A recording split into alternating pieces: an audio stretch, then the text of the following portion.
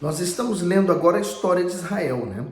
Chegamos ao rei Saul, primeiro rei de Israel, a Davi, que depois foi consagrado a rei, mas não tomou posse do reino logo que foi consagrado. E nós estamos vendo agora todo o desenrolar da história e como Saul ficou tão perturbado e começou a perseguir Davi. Agora nós voltamos a 1 Samuel 25, vamos chegar ao 26 e vamos ver o que vai acontecendo. Então, essa parte de Samuel, né, do primeiro livro de Samuel, nós vamos encaixar alguns salmos de Davi, não da minha cabeça, mas porque vem na ordem cronológica do tempo em que Davi escreveu aqueles salmos, o tempo em que ele estava sendo perseguido. Então, 1 Samuel 25, vamos pedir a direção? Meu Deus, eu peço que o Senhor venha nos dirigir. Nós vamos meditar na Tua Palavra, ela é luz para o nosso caminho, por isso nos abençoe com essa meditação, nos dando força para que possamos Te obedecer em tudo. Amém. Então, o versículo 1 diz: E faleceu Samuel, e todo Israel se ajuntou, e o prantearam, e o sepultaram na sua casa em Ramá. E Davi se levantou e desceu ao deserto de Parã. E havia um homem em Maom, que tinha suas possessões no Carmelo. E era este homem muito poderoso, e tinha 3.000 ovelhas, 1.000 cabras, e estava tosqueando as suas ovelhas no Carmelo. E era o nome deste homem Nabal, e o nome de sua mulher Abigail, e era a mulher de bom entendimento e formosa. Porém o homem era duro e maligno nas obras, e era da casa de Caleb. E ouviu Davi no deserto que Nabal tosqueava suas ovelhas. E enviou Davi 10 moços, e disse aos moços: Subi ao Carmelo, e indo a Nabal, perguntai-lhe em meu nome como está, e assim direis àquele próspero: paz tenhas, e que a tua casa tenha paz, e tudo o que tens tenha paz. Agora, pois, tenho ouvido que tens tosqueadores. Ora, os pastores que tens estiveram conosco. Agravo nenhum lhe fizemos, nem coisa alguma lhe faltou todos os dias que estiveram no Carmelo. Perguntam aos teus moços, e eles te dirão. Estes moços, pois, achem graça em teus olhos, porque viemos em boa ocasião.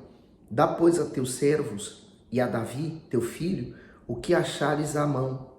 Chegando, pois, os moços de Davi e falando a Nabal todas aquelas palavras em nome de Davi, se calaram. E Nabal respondeu aos criados de Davi e disse: Quem é Davi? E quem é o filho de Jessé? Muitos servos há hoje que fogem ao seu senhor. Tomaria eu, pois, o meu pão e a minha água e a carne das minhas reses, que degolei para os meus tosqueadores, e o daria a homens que eu não sei de onde vêm? Então, quer dizer, olha só, estou aqui pensando, né? Nabal, ele sabia quem era Davi. Não era um estranho para Nabal. Ele era conhecido. Porém, o que Davi tinha para oferecer para ele? Naquele momento, nada. E com certeza Nabal era um homem muito interesseiro, né? Então, eu vou fazer um favor a você, mas o que você tem para me oferecer? Né? Se você não tem nada, então eu não vou fazer. Não vou perder meu tempo. Então, é mais ou menos isso, né? São pessoas interesseiras. No 12, então os moços de Davi puseram-se a caminho e voltaram. E chegando lhe anunciaram tudo conforme a todas essas palavras. Por isso disse Davi aos seus homens: cada um cinja a sua espada. E cada um cingiu a sua espada, e cingiu também Davi a sua.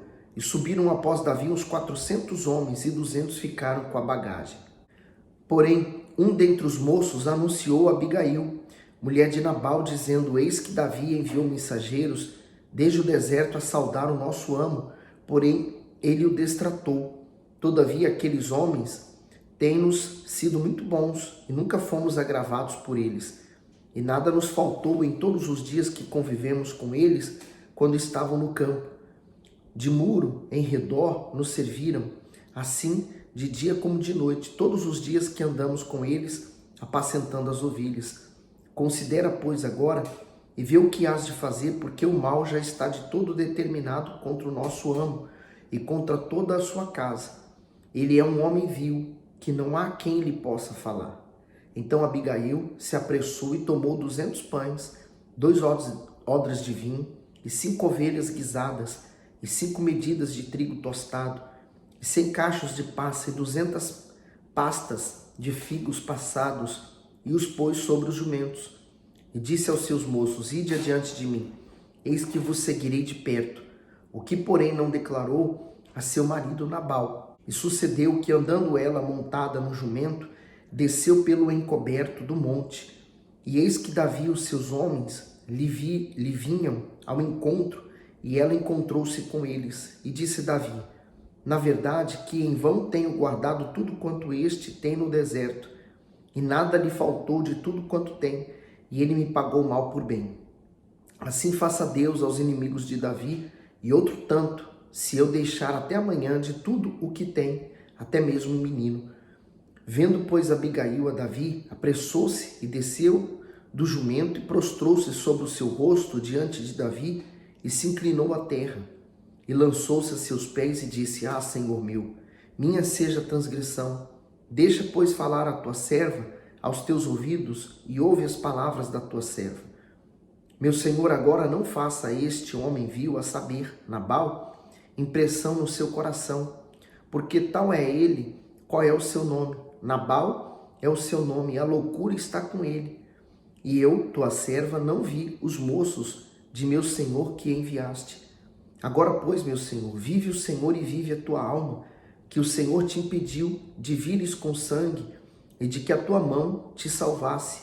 E agora tais quais Nabal sejam os teus inimigos e os que procuram mal contra o meu senhor. E agora este é o presente que trouxe a tua serva a meu senhor, seja dado aos moços que seguem ao meu senhor. Perdoa, pois, a tua serva essa transgressão, porque certamente fará o Senhor casa firme a meu senhor, porque meu senhor guerreia as guerras do Senhor, e não se tem achado mal em ti por todos os teus dias. Então, ela reconheceu que Davi viria a reinar, né? Diferente de Nabal, vendo a condição de Davi, nunca acreditou que ele poderia fazer isso, mas ela acreditou. E ela teve uma atitude nobre, né? De tentar consertar o erro do marido e poupar o marido da morte. No 29, e levantando-se algum homem para te seguir e para procurar a tua morte, contudo a vida de meu senhor será atada no feixe dos que vivem com o Senhor teu Deus.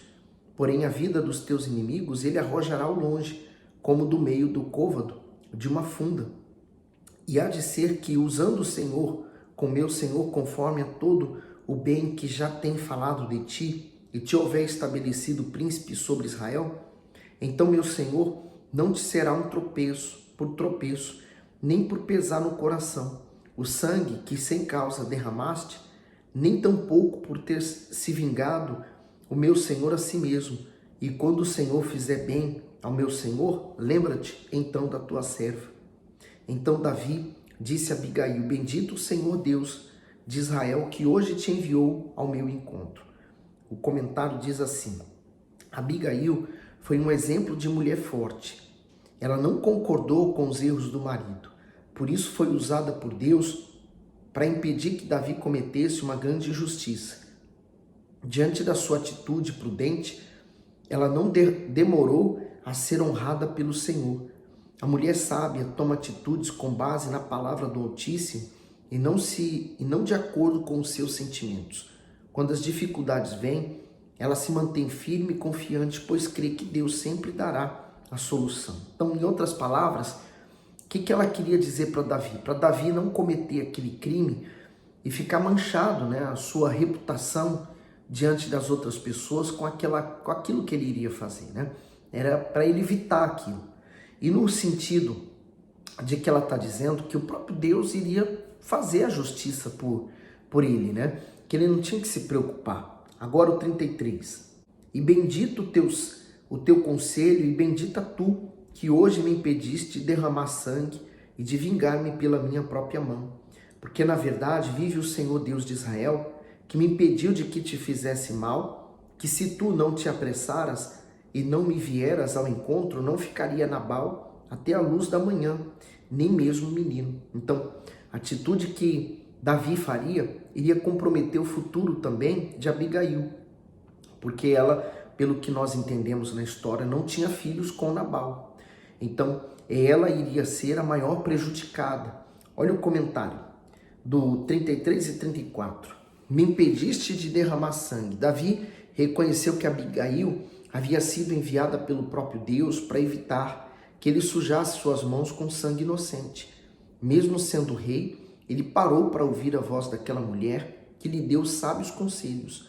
Independentemente da posição ou do cargo que ocupe, o humilde aceita os conselhos vindos de Deus e reavalia suas atitudes para não fazer nada contra a soberana vontade divina. E aí, seguindo para o 35. Então, Davi tomou da sua mão o que tinha trazido e lhe disse: sobe em paz à tua casa, vês aqui que tenho dado ouvidos à tua voz e tenho aceitado a tua face. E vindo Abigail a Nabal, eis que tinha em sua casa um banquete, como banquete de rei. E o coração de Nabal estava alegre nele. E ele, já muito embriagado, pelo que ela não lhe deu a entender coisa alguma, pequena nem grande, até a luz da manhã. Sucedeu, pois, que pela manhã, estando Nabal já livre do vinho, sua mulher lhe deu a entender aquelas coisas. E se amorteceu o seu coração e ficou ele como pedra. E aconteceu que, passado quase 10 dias, feriu o Senhor a Nabal, e este morreu. Ouvindo Davi que Nabal morrera, disse: bendito seja o Senhor, que julgou a causa de minha afronta, recebida da mão de Nabal, e deteve o seu servo do mal, fazendo o Senhor tomar o mal de Nabal sobre a sua cabeça. E mandou Davi falar a Abigail para tomá-la por sua mulher. Então, com certeza, Abigail, ela iria ficar na miséria, porque não é porque ele era rico que ela seria rica. Então, a mulher, ela era muito desconsiderada. Então, no caso de uma viúva sem filhos, era totalmente desprezada. Então, Davi, sabendo disso, recolheu ela, porque ela era uma mulher sábia, né? E ele tomou, então, ela como esposa para ele. E aí você veja, Deus já sabia o que ia fazer. Nessa prova que Davi passou, ele poderia ter cometido um crime e estragado todos os planos de Deus. Mas Deus enviou a ela, Abigail, uma mulher sábia, e fez ele entender que não era aquela atitude, não era aquele momento dele morrer. Então o próprio Deus tomou atitude na hora certa. Aí diz assim, no 40, vindo, pois, os criados de Davi e Abigail no Carmelo, lhe falaram dizendo: Davi nos tem mandado a ti para te tomar por sua mulher. Então ela se levantou e se inclinou com o rosto em terra e disse: eis que a tua serva servirá de criada para lavar os pés dos criados de meu senhor. E Abigail se apressou e se levantou e montou num jumento com as suas 5 moças que seguiam as suas pisadas, e ela seguiu os mensageiros de Davi e foi sua mulher. Também tomou Davi Ainoã de Gisrael, e ambas foram suas mulheres, porque Saul tinha dado sua filha Mical, mulher de Davi, a Paute, filho de Laís, o qual era de Galim. Aqui a gente vê então o desenrolar da história de Davi e como ele era humilde. Daí o porquê de Deus ter escolhido ele, né? 1 Samuel agora 26. E vieram os Zefus a Saul, a Gibeá, dizendo: não está Davi escondido no outeiro de Áquila, de fronte de Gesimon? Então Saul se levantou e desceu ao deserto de Zif, e com ele 3.000 homens escolhidos de Israel a buscar a Davi no deserto de Zif. E acampou-se Saul no outeiro de Áquila, que está de fronte de Gesimon, junto ao caminho. Porém Davi ficou no deserto e viu que Saul vinha seguindo no deserto. Pois Davi enviou espias e soube com certeza que Saul tinha vindo. E Davi se levantou e foi ao lugar onde Saul se tinha acampado. Viu Davi o lugar onde se tinha deitado Saul e Abner, filho de Ner, capitão de seu exército. E Saul estava deitado dentro do lugar dos carros, e o povo estava acampado ao redor dele.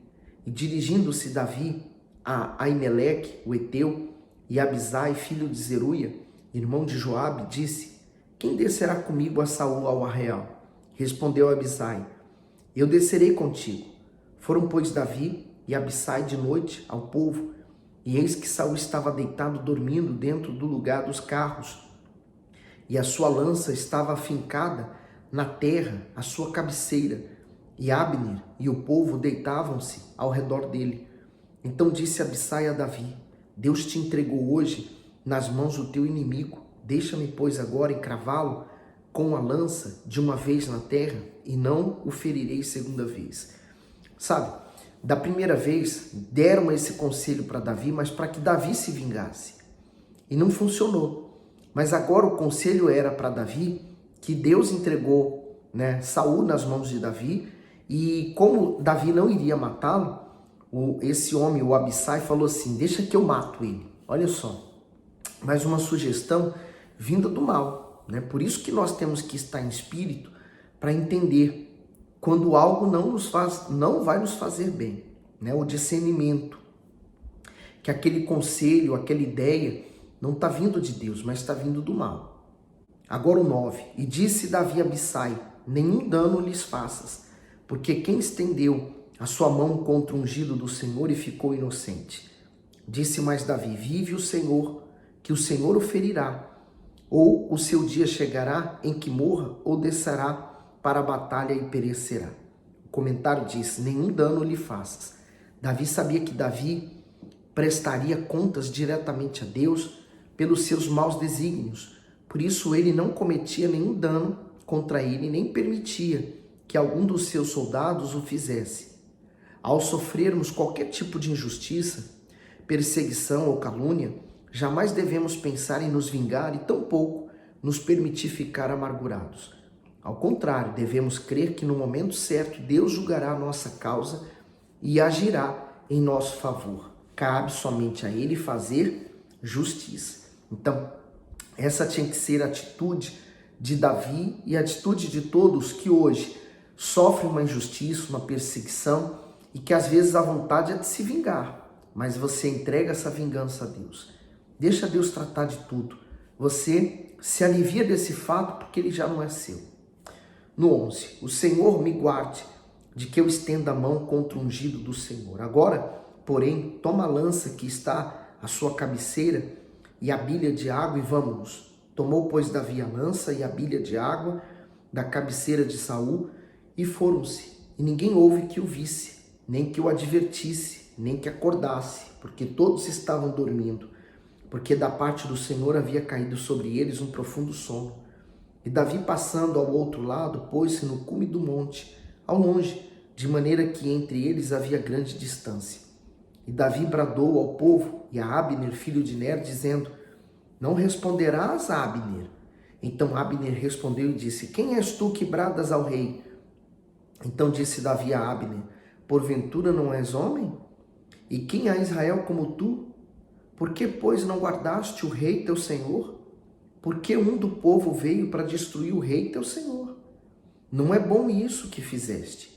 Vive o Senhor, que sois dignos de morte, pois que não guardaste o vosso Senhor, o ungido do Senhor. Vede, pois, agora onde está a lança do rei e a bilha de água que tinha à sua cabeceira. Então conheceu Saul a voz de Davi e disse: não é esta a voz do meu filho Davi? E disse Davi: é minha voz, ó rei meu senhor. Disse mais: por que persegue o meu senhor tanto o seu servo? Que fiz eu? E que maldade se acha nas minhas mãos?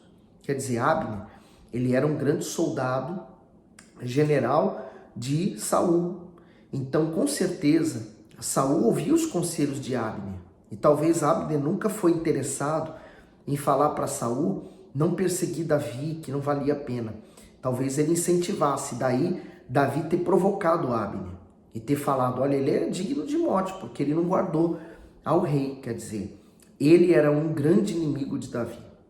Talvez porque não queria perder a posição dele, ou talvez porque cobiçasse, e aliás, a gente vai entender isso mais tarde, o trono de Davi, o trono de rei, Aí seguindo, no 19: ouve, pois, agora, te rogo, rei meu senhor, as palavras de teu servo. Se o Senhor te incita contra mim, receba ele a oferta de alimentos. Se, porém, são os filhos dos homens, malditos sejam perante o Senhor, pois eles me têm expulsado hoje para que eu não tenha parte na herança do Senhor, dizendo, vai, serve a outros deuses.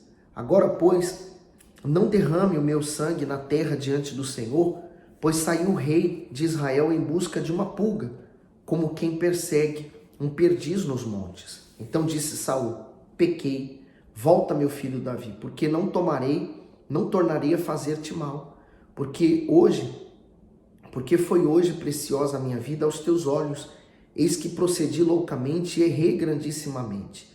Davi então respondeu e disse, eis aqui a lança do rei, venha cá um dos moços e leve-a. O Senhor, porém, pague a cada um a sua justiça e a sua lealdade, pois o Senhor te entregou hoje na minha mão, porém não quis estender a minha mão contra o ungido do Senhor. E eis que, assim como foi a tua vida hoje, de tanta estima aos meus olhos, assim seja a minha vida de muita estima aos olhos do Senhor, e ele me livre de toda a tribulação. Então Saul disse a Davi, bendito sejas tu, meu filho Davi, pois grandes coisas farás e também prevalecerás.